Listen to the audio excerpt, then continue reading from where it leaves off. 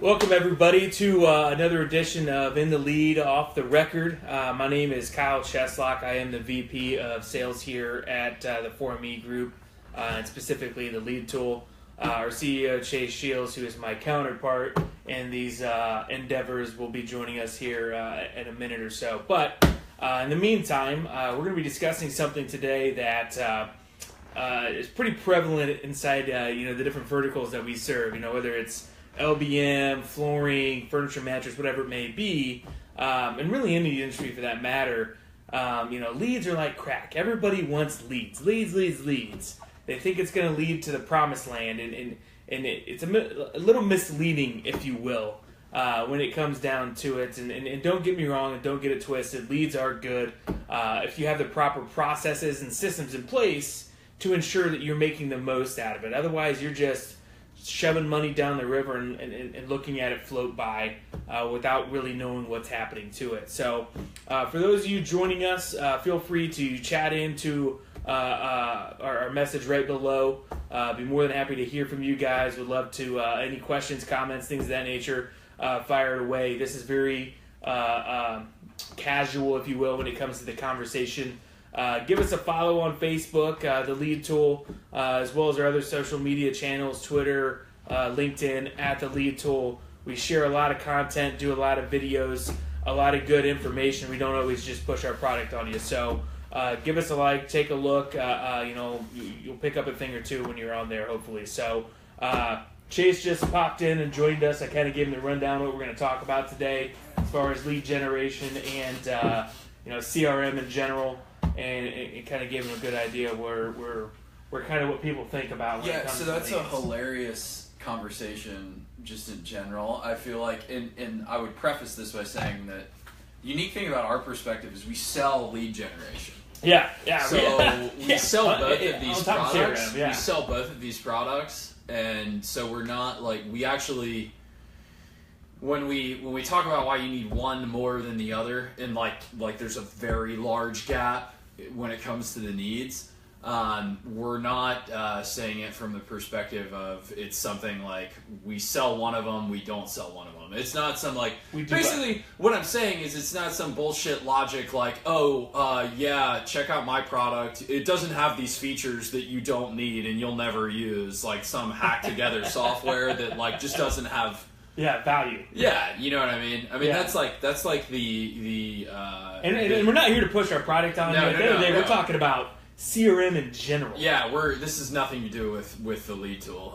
That's like my favorite new software line, like for like newbies. It's like, you don't need that stuff. Like you'll never need that because you don't have it. Because yeah. It's like you don't have it, so of course you're gonna. Sounds like someone who doesn't someone who actually doesn't build their product. Yeah, would say. exactly. But anyway, so my point here is that.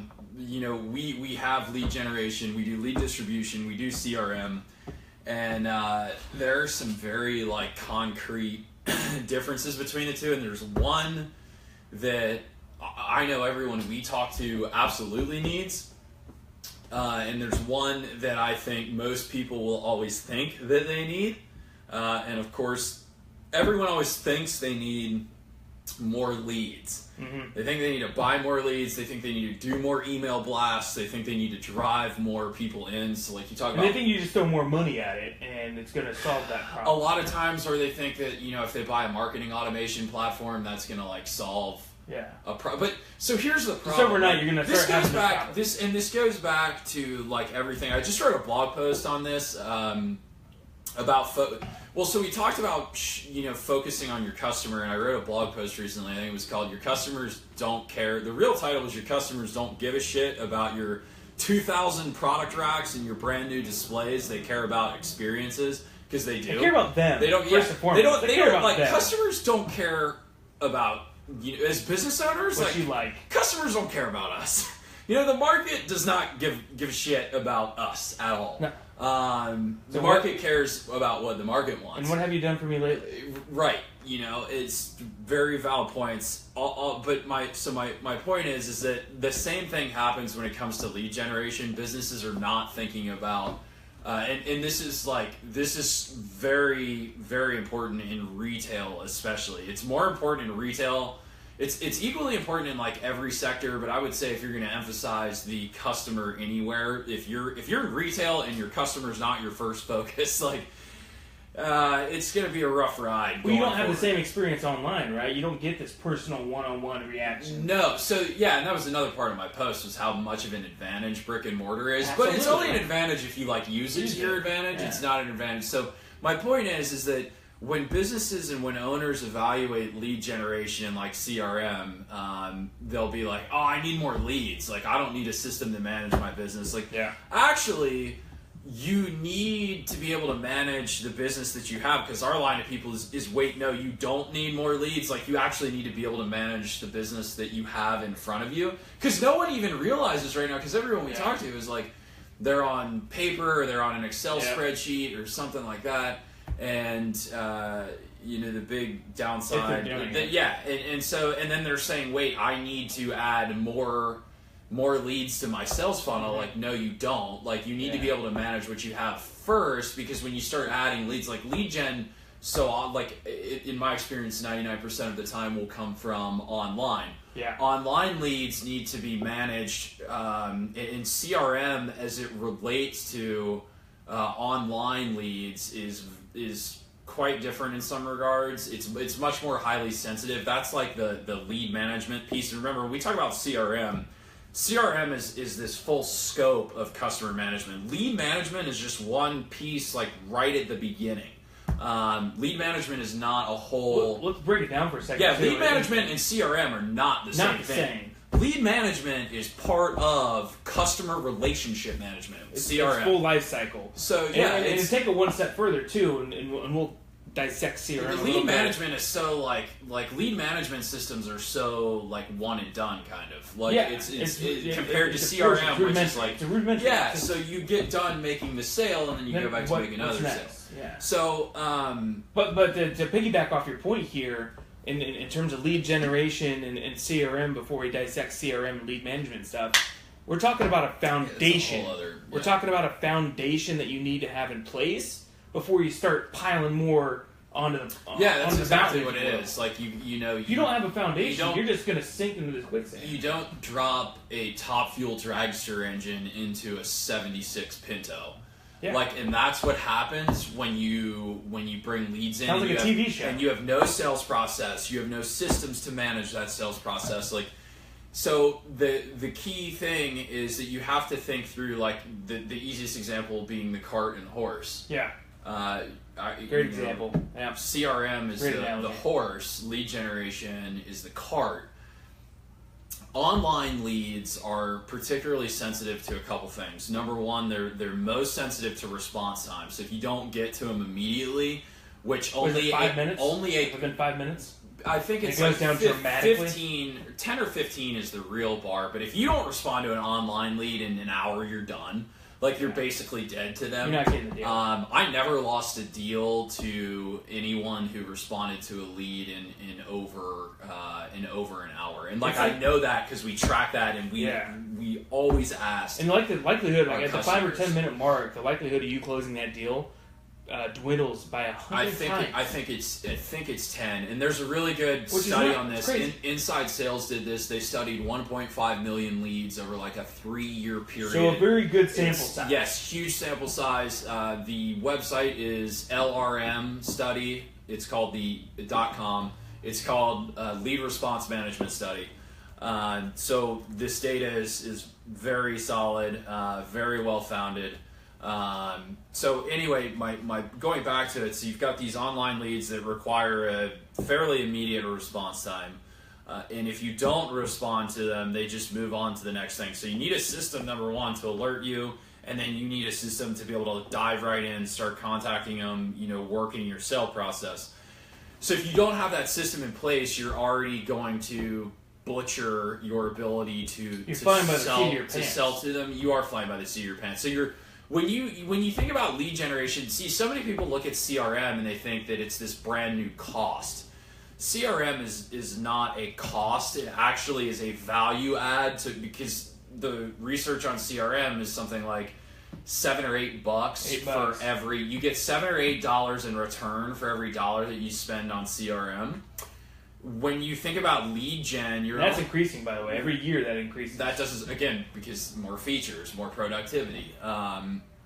So anyway, with leads, if you're not managing, you're basically, if you don't have the system, the processes, and the whole piece, the CRM and the sales process, which comes before the CRM, because you got to know what you're doing once you get the lead in the system. And online leads are very different than walk-ins. Right, and that's my point. You're lighting money on fire trying to drive traffic. If you're paying an agency to run ads for you, if you're paying an agency or you're paying someone, you've got someone on your staff pushing out, or even making that change from print, traditional print, to the digital realm. Right. Which a lot of companies are doing. And in building products, yes. In building products, they are, in terms of email marketing, in a lot of cases, way far behind. Like, that is just, an email's still great, but it's not what it was 10 or 15 years ago. Yeah. So from my point is any amount of money you're spending to drive traffic to your business,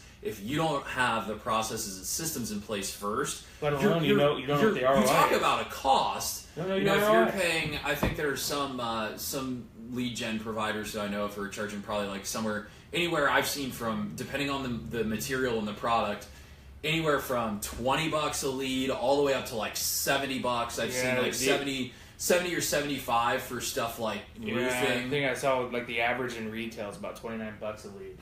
Yes, that would make sense. That's average. Yes, because when you talk about, again, depending on vertical that you're selling into. So kitchen and bath, like full remodel with material, is going to be over $50 for sure. I think I've seen some vendors charging quite a bit for like wood flooring. Yep.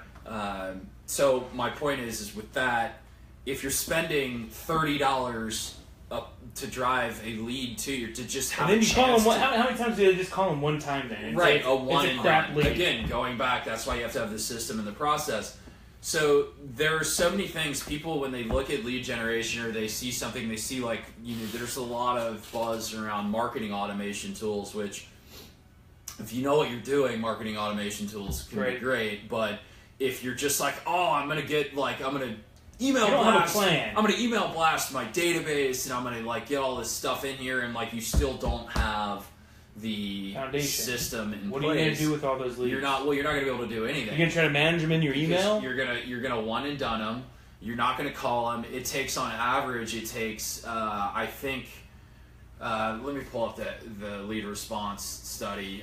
It takes 5 or 7 contacts just to try to make contact. Let me pull it up here. Oh, I was wrong on that website. It's leadresponsemanagement.org is the website. And we'll post that too at the end of our call on the video, so you guys can take a look at it. So it takes the number of dials. I mean, to even qualify a lead, it takes at least 3 to, it looks like 3.5 maybe phone calls. So you've got to reach out a lot, and that's not even counting emails, because for every phone call you should generally be sending an email if you have not made contact. So phone call, voicemail, email, phone call, email, stuff like that.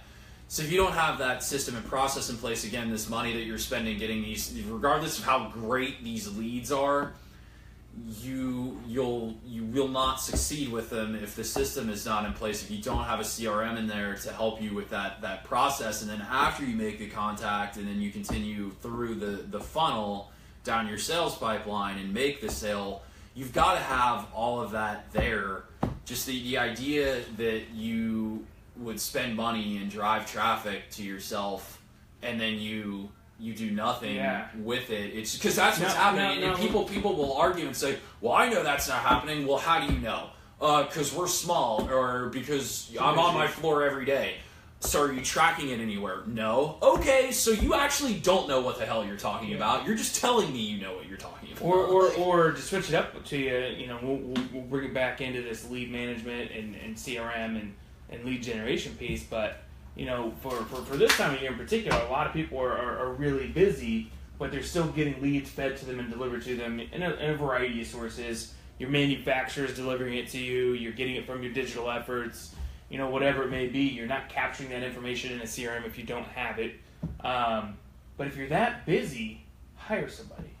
Yeah, hire someone. You need a system if you're that busy. Hire somebody. And again, it's like, oh, we're so busy. We're like, if you're too busy to do a better job for your customers, like, don't call us, please. That's garbage. But also, garbage. I don't know why you're in business. No, yeah. I mean, unless you just if don't you're gonna care. toss that garbage at me, what are we doing? Unless you just don't care about growing, Yeah. you don't care about being better, all of that stuff. The thing you brought up though is we hear from vendors, and this is why we stopped selling lead generation. Yeah, we don't even actively market it. We won't market it because we know that we won't sell you leads if you don't have a CRM. Yeah, there's no way because we know that you can't We'll handle turn business down, yeah. Yeah, and we make a lot more money on leads than we do on CRM. And that's anybody that's selling leads. But what I hear from vendors, from like manufacturers who push leads, and from other lead providers is, they'll send these leads out and people will say, well, you send garbage leads. Guess what? These people who are saying that they're getting garbage leads, they're telling their vendors who are giving them free business basically that they're sending garbage leads. Guess what they don't have in place? CRM. Guess what else they don't have in place? There's no follow-up process. Standard follow-up process. So they're picking up the phone, they're calling them once. One time. They're not buying on the spot. If they don't walk in the showroom, they're not real. Tell that to Wayfair. Yeah. Like, please. Tell that to Wayfair, tell that to Amazon. And I'm not saying eat your lunch. I don't like necessarily Amazon or Wayfair. That's not the point. I don't. They're creating an experience. I don't want to see them, overtake traditional retailers. The family businesses like I grew up in. I don't want to see that, but it's just so obvious why consumers don't care. Consumers don't give a shit. Why should they? That's why Amazon's blown up. That's why Wayfair's blown up. And it's not Home Depot. It's not that a salesperson isn't interacting with them. It's not that people don't want to talk to a salesperson. Not at all. The two articles that I quoted heavily in the blog post I just wrote on no one caring about your product racks are on Perch. Which is out of New York City. Perch, they've got a couple of stores, and they have nailed and if you check out their website, I think it's pirch.com. They have Yelp reviews on their homepage that talks about how great the experience interacting with the Perch staff in their showroom was. So it's all about such an opportunity. It's about so you think about it in again, the holistic experience thing. CRM's a huge part of that, but your showroom not looking like a dump, or your yard not looking like a dump, also part of that other thing. So people engaging you when you walk in, and not doing the bare minimum. Steer back into our point. So what we're really getting at is if you spend money on lead generation and you don't have processes and systems in place to handle your business as it is today, your sales, you will be lighting your money on fire. Your return will be very low. You will not make sales off of those leads, and the other thing I would remind you is that if you think you're making sales off those leads and you're not actually tracking it, you don't know if you're getting good ROI or not. You have no clue because you're not tracking it. I can't emphasize that enough. When people tell me that they know what their close rate is or they know what their ROI on something is, and every time I ask them, well, how do you know? How are you tracking it right now on Excel? Are you writing it down on like a legal pad? No, I just know. I do not just, that is not how any of this works. It's not how any of it works. It cracks me up when I hear that. And again, speaking from personal experience, I had a job because our sales staff, where I was working at the time, would not, this is when I was in the car business, would not treat the online leads like they were actual leads. So we're doing all this lead generation. They were probably spending hundreds of thousands, if not $1 million a month. Throw your preconceived notions out about the car business. Their lead generation and CRM process. Oh, it blows every other industry away. Unbelievable. It blows every industry away. Unbelievable. There's no comparison, and even when we speak with some of the manufacturers in automotive today, it's like the conversations are totally different. Just because they understand so succinctly how the customer journey needs to look from the time the lead is generated all the way through the sale, and then after sale. After sale is a huge part of all of it. That's the other thing. Yep. CRM will help you after the sale. It's maximizing your spend, essentially. Absolutely. So especially for these small businesses, your 5, 6, 7, 8, 9 employees, whatever it may be. Well, that's where a lot of the casualties your dollars count. So if you're not capturing all the leads that you're generating for yourself, you're really shooting yourself in the foot. So I was doing some research on some industries that I'm getting ready to put together a blog piece on, and I was looking at flooring, and in 2005 there were like 13,700 floor covering stores according to census data, and the latest data is from 2014, and there were 9,300. So they've declined literally every year since 2001, and that's as floor and decor has gone from 277 million in 13 since 2013. They did 277 million, and this year they'll probably do $1 billion. Wow. Lumber Liquidators has scaled from a couple $100 million to close to $1 billion.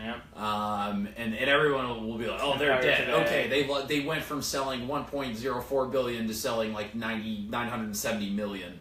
They'll get that back at their scale. They're dead. Which, I mean, again, I'm not fans of them. It's just like I read some of this stuff where none of this is I'm doing all this research and I'm reading industry data where publications are blatantly misquoting how much home centers are selling. Which is like we're talking about $500 million. Like they underquoted how much one publication underquoted how much Home Depot sold in 2015 by almost $1 billion. They underquoted Floor and Decor by 250 or 270 million. It was just like, and again, so I'm sorry, I gotta get back. Some of this stuff just, I guess it shouldn't shock me at this point, but it does. But anyway, But how do you compete with those people? You were talking about the small businesses. That's where a lot of the attrition has been. So when you take flooring, for example, 13.7 thousand all the way down to 9,300. A lot of the attrition has come in the lower end, the smaller. So the data at this point, I haven't gotten all the way through it, is showing that there's been consolidation. So anyway, excuse me. But yeah, so the car business, I had a job selling because people were picking up the phone, calling an online lead, and saying that's a garbage lead. My boss got sick of hearing it. Yeah, which happens in lumber, and then it happens in every industry. Furniture, it doesn't matter. Name the industry we operate in. It happens in the car business. It happens in every business because people don't want to. Salespeople, say this as a salesperson, don't want to work a lot of the time. I mean, shoot, I ran a sales floor at a pretty sophisticated B2B organization before this. And even we sold to Zillow for $110 million. Sold to Zillow for $110 million. That's a little sophistication. Yeah, and we had, at the time, we had about 50 people on the floor. And, even then I had sales guys that would come in and say it was garbage leads. And I would go to my CRM, I would look at the activity and see how many follow-ups they had and what they did. And you're making a phone call, send an email? No wonder direct correlation to that lead and how many opportunities and how many times they reach out. I mean, 5 to 12 times is what you're looking at in terms of how many times you need to be reaching out to these people to follow up. Life happens, particularly if you're not getting to them in that 10 to 15 minute window. You need to have a follow-up process that gives you enough time to reach out to them because things happen. Their kid's soccer game happened. Work popped up for them. Last-minute option to go out of town. That's the thing. Whatever it is. The online, it's like you got to hit them. It's the attention span thing. Like Gary Vaynerchuk said, we're day trading attention. Yeah. And 8 seconds. 8 seconds. Literally, it's so true. But I cannot drive home enough the point that with lead generation, you're lighting your money on fire if you don't have processes in place. It's like it's great when it works, and if you've got the systems in place to work it and all of that, you will take off like a rocket. You'll kill it. But if you don't have those systems in place, I would think about hitting a reset because one of the statistics we've seen is that I think 1 in every 2 leads doesn't even get followed up with. Yeah. So you're shooting yourself in the foot right there. And then I also think about how many people we talk to who may not be bothering to collect customer information that are right in front of them, and I think about them. So your data doesn't really show what your true close rate is. Right, and I think about them wanting to add more fuel to the fire, and it's like, hang on, you've got free leads in front of you that you're not that you can make so much money off of and be so successful with, and they're standing in front of you. Don't think about adding more, paying to add lead gen to the fire, or paying, and lead gen's one thing. The nice thing about lead generation is, and this is what I will say as it relates to like a marketing automation. Yeah. Marketing automation requires you to know what the hell you're doing. You need to know how to generate the content. You need to know when to push it out. You need to know how to push it out. You need to know the different channels. And then you need to be, like, it requires a level of technical capability. I mean, yeah, everyone's like, oh, we've got these, like, drag and drop editors. But at the end of the day, you're still going to need someone to make a nice template that knows HTML. Yeah. You're going to need some tech expertise. So you've got a lot of, your marketing automation maybe. And the people that aren't buying today, you're going to want to put into a nurture campaign. So right. all of this. Yeah, it's good. It's good for that. But like, you still, like, there's a barrier to entry with lead generation. The nice thing is with the, like, Floors for Me, we do all the hard work for you. We drop the lead into your CRM account, and boom, all you have to do is close that lead. Like, we're doing all the work. They're coming to Floors for Me. They're saying, we're interested in buying this product. We're interested in buying it locally. So, like, the nice part about lead generation like that is it's got it warmed up for you. Yeah, it's set it and forget it. It's like what Auto Trader does for cars. It's so that I would keep in mind it's 149 days from when a consumer starts looking to when they buy. Right, and I would be interested. I don't know if we ever did the research to find out how long those people I know from reviewing our data that most of the stuff that we drove and that we actively collect is pretty close. A lot of times when someone's submitting and they want product information, because that's the difference. With lead generation, you're not talking about someone who's like who's being nurtured, who's viewing your YouTube videos, or they're watching your, your Facebook or whatever. You're talking they're in the about, market. They're looking. Yeah, they're actively expressing interest in buying something. So I think lead generation, in my opinion, if you don't have any sort of inbound going on, I would not invest in spending money doing email blasts. I would make sure you have a CRM first.